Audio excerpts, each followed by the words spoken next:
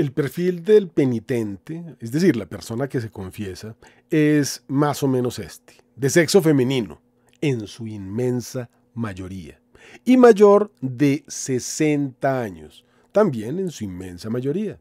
Las pasiones no son malas, lo malo son las pasiones encendidas por el desorden del pecado. Lo que más se opone a la caridad son los sentimientos y los actos de hostilidad contra sí mismo o contra el prójimo. La gracia de Dios ilumina la inteligencia, fortalece la voluntad y vuelve la sensibilidad hacia el bien por medio de la templanza. El no practicarla lleva al odio y la enemistad contra la persona del prójimo, que no ha de confundirse contra el odio contra sus pecados, el cual es bueno de por sí. El amor a Dios es odio al pecado. La noción del bien y el mal es el reconocimiento de Dios bien contra el mal. El odio diabólico dirigido contra la salvación del prójimo por su amistad con Dios es por antonomasia pecado grave. Es uno de los pecados contra el Espíritu Santo. La envidia es el pesar por el bien ajeno y llega a convertirse en envidia diabólica cuando se siente por el amor de Dios que el prójimo profesa. Del odio y la envidia proceden los altercados y discordias, como también las peleas y las guerras injustas, que destruyen la paz, fruto y al mismo tiempo condición de la caridad. Dios tiene derecho a ser obedecido. Amar a Dios es seguirle y su mandato es amarle a Él y al prójimo. Lo que se ama se protege. El mal no solo debe ser evitado, sino firmemente rechazado. Hablando a los miembros de la Comisión Teológica Internacional, Benedicto XVI señaló que la ley natural y los 10 mandamientos son el fundamento de la ética universal, válida para todas las conciencias de los hombres de buena voluntad, laicos o también pertenecientes a otras religiones.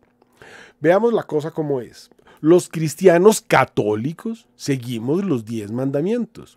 De 8.000 millones de habitantes que tiene este planeta, solo 1.000 millones tenemos un patrón de comportamiento regido por las normas absolutas de la ley natural del catolicismo.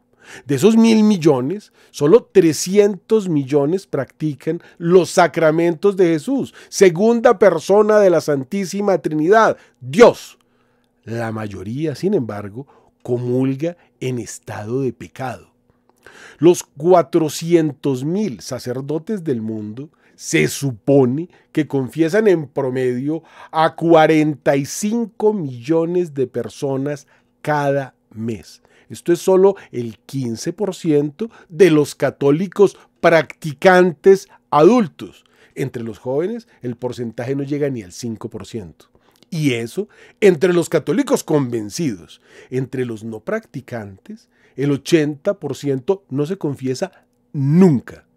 Hasta el penitenciario apostólico de la Santa Sede, Gianfranco Girotti, una especie de confesor mayor de la Iglesia, reconoce que el 50% de los católicos no considera necesario confesarse.